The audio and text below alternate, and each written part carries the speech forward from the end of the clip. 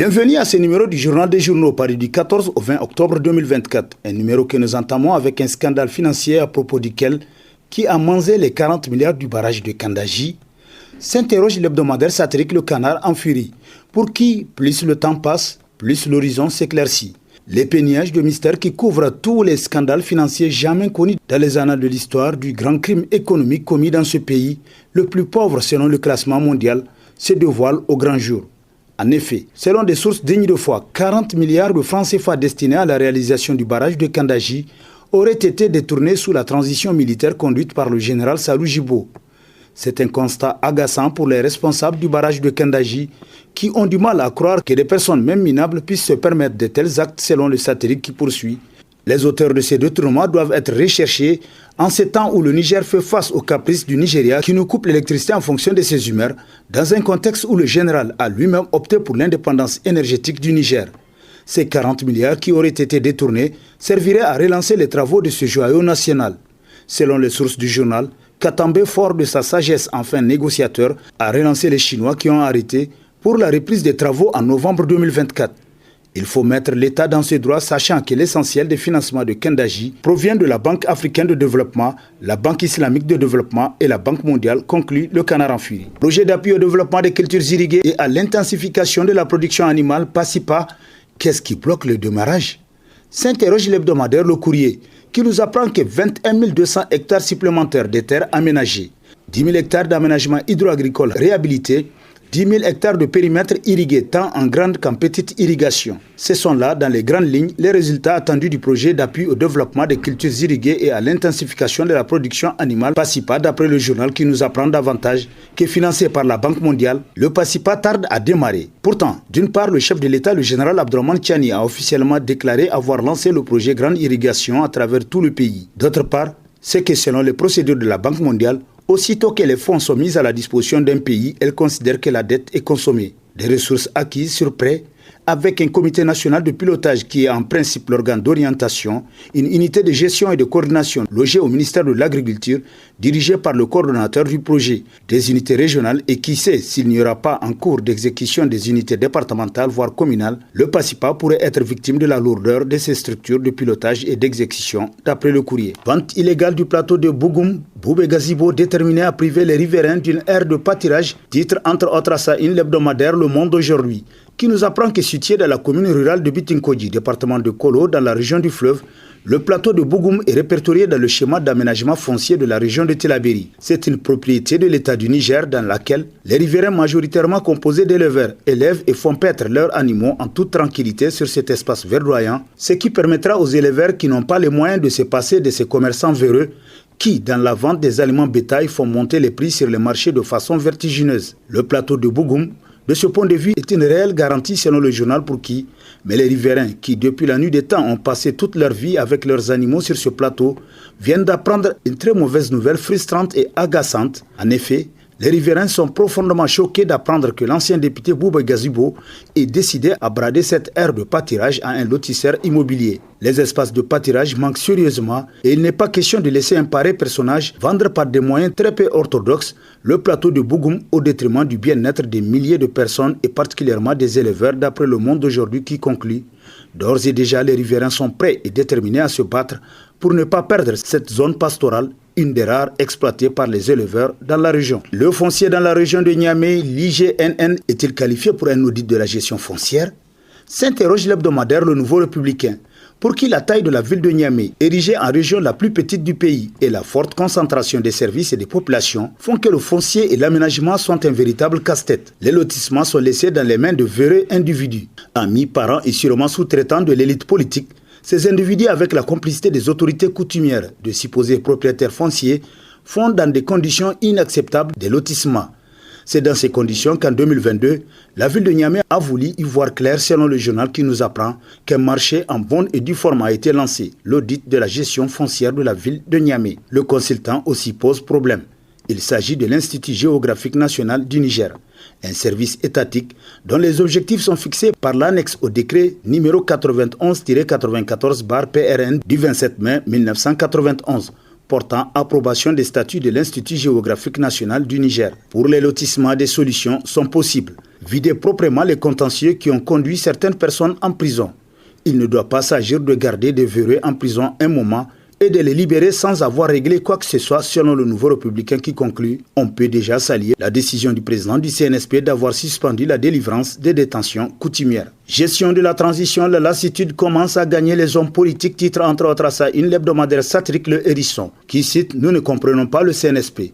Nous sommes carrément oubliés. Cette suspension des activités des partis politiques n'a que trop duré. » C'est là un cri de cœur d'un politicien sous le couvert de l'anonymat, tel que rapporté par le satirique pour qui nombreux sont les femmes et les hommes politiques qui partagent cette opinion. De surcroît, ceux ayant fait de l'activité politique leur métier, disons leur seul et unique gagne-pain. Et ils sont malheureusement nombreux qui ne font rien dans leur vie que la politique, parce qu'ayant trouvé le raccourci le plus facile pour se faire une place au soleil sans suer.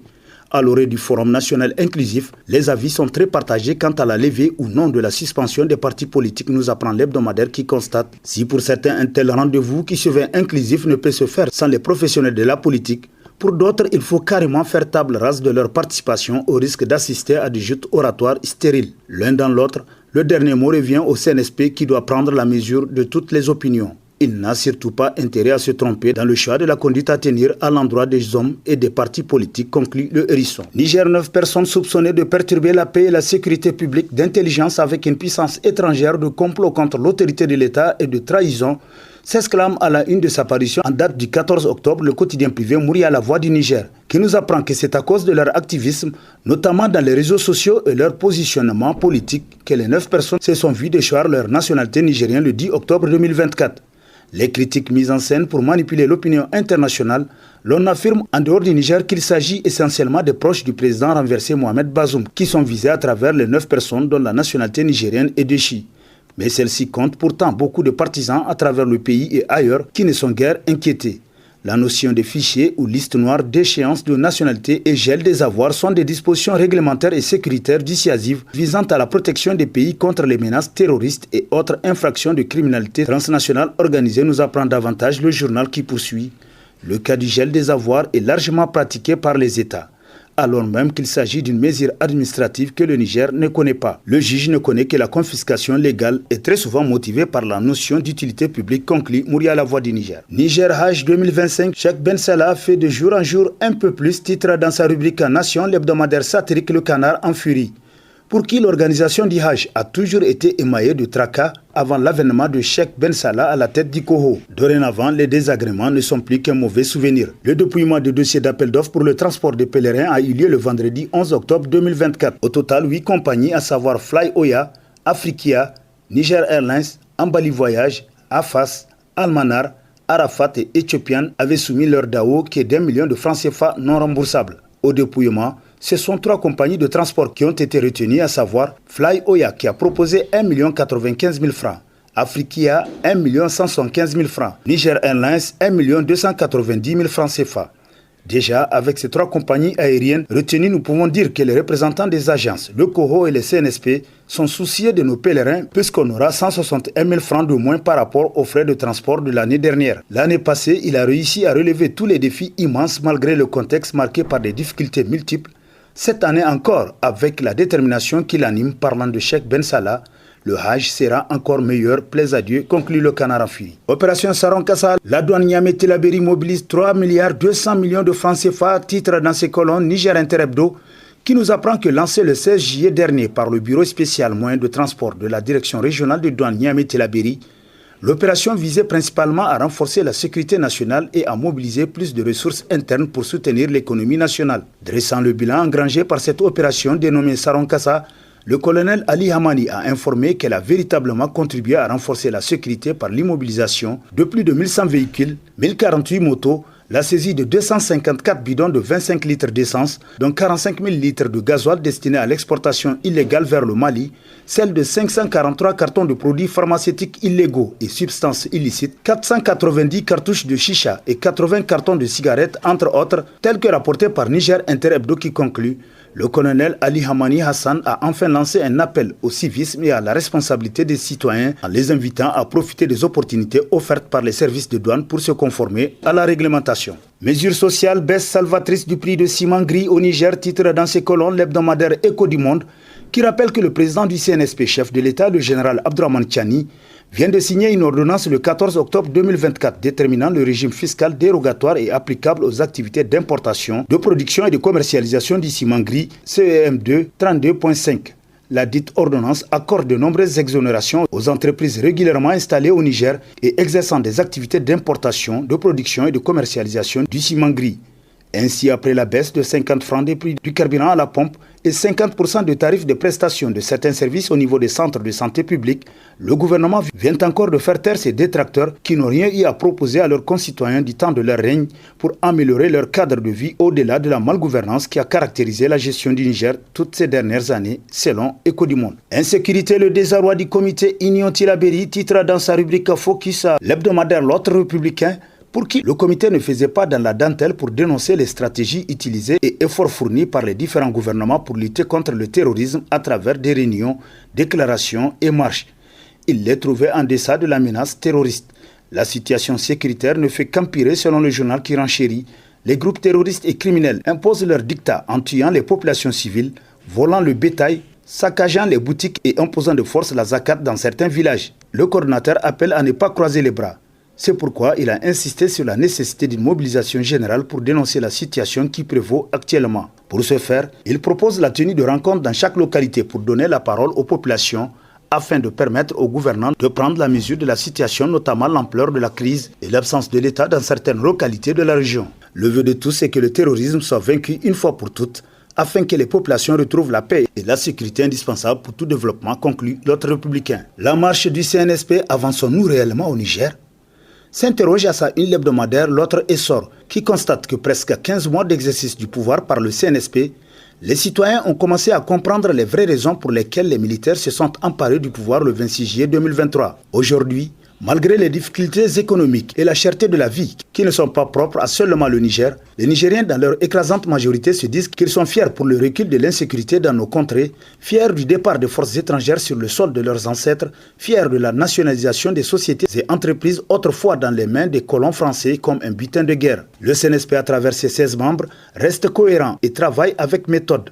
Idem au niveau du gouvernement de transition, où le premier est bien calé dans ses fonctions et donne le meilleur de lui-même. Cette transition militaire même qui perturbe encore le sommet de certains pays occidentaux et leurs complices qui ont eu la gifle du CNSP par la déchéance provisoire de leur nationalité, conclut l'autre essor. Association Tchébéro, Issako Marou passe le flambeau à son successeur Alhaji Garba Soumaïla, titre dans ses colonnes le bimensuel Étincelle, qui nous apprend que le président par intérim Alhaji Hassan Garba Soumaïla, de la plus grande association de cohésion sociale, de paix et de justice au Niger, Tchébéro, précise que l'intérim lui a été confié suite au consensus des membres du bureau conformément au respect des textes de l'association. Il remercie le tout-puissant Allah qui l'a placé à tel poste. Les textes de l'association donnent l'autorisation au président en cas de promotion à un poste de responsabilité de céder la place. Il rend un hommage mérité à l'ancien président de l'association Tchébéro, Issaka Oumarou, pour son engagement à la bonne marche de la structure. Il s'engage à ne pas décevoir la population de Goudel en continuant dans la même lancée que son prédécesseur. Garder la même culture, la cohésion sociale, de paix et de justice pour la bonne marche de tous. Ils sont prêts à répondre aux aspirations profondes et légitimes de la population de Goudel. Si l'association Tchébéro a réussi aujourd'hui, c'est à cause de la transparence, de la paix, de la justice sociale, selon l'Étincelle. Commémoration de la campagne Octobre Rose, Novembre Bleu, les femmes engagées avec le soutien de la clinique Afwa, titre dans sa rubrique à la une Niger Times, d'après qui, pour poursuivre la marche du monde dans la prévention et la lutte contre les cancers gynécologiques, l'association des femmes engagées pour la sauvegarde de la patrie FESPA s'est mobilisée le mercredi 9 octobre à leur siège social où elles ont organisé une campagne de dépistage gratuit du cancer du sein, du col de l'utérus et de la prostate avec l'appui de la clinique Afwa. En définitive, la commémoration de la campagne Octobre Rose, Novembre Bleu par FESPA et la clinique Afwa marque un pas significatif vers une prise de conscience globale face au cancer gynécologique. L'engagement collectif et la détermination de toutes et tous à combattre cette maladie sont essentiels pour bâtir un avenir plus sain et conscient. Ensemble, il est possible d'unir les forces pour faire reculer le fléau du cancer et garantir un meilleur bien-être pour nos mères, sœurs et filles, conclut Niger Times. Réunion des administrateurs délégués du Niger, faire une transparence renforcée dans la gestion des ressources, titre entre autres à sa une le bimensuel Le Troisième Œil, pour qui la création d'un bureau de municipalité formé de manière consensuelle à l'issue de cette réunion témoigne de la volonté des administrateurs délégués de travailler ensemble pour améliorer la situation. Le choix de l'administrateur délégué de Niamey comme président de ce bureau, avec des vice-présidents issus des villes de Zender, Maradi et Tawa, ainsi qu'un secrétaire général en la personne de l'administrateur délégué de Dosso, montre un équilibre dans la représentation des différentes régions du pays. Les nominations des administrateurs délégués de Difa, Tillabéri et Agadez en tant que respectivement secrétaire général adjoint, trésorier général et secrétaire chargé de la sécurité et de la migration renforcent encore cette collectivité. Les défis restent nombreux selon le journal, mais la volonté affichée par les participants de travailler ensemble pour améliorer la situation est un signe encourageant pour l'avenir. La route vers une administration locale efficace et transparente est encore longue, mais les actions entreprises lors de cette rencontre pourraient bien en constituer les fondations, conclut le troisième œil. Et sur ce prend fin le présent numéro de la revue de presse. Prochain rendez-vous, plaise à Dieu dans une semaine, avec toujours la même passion de vous servir. Bonne lecture et au revoir.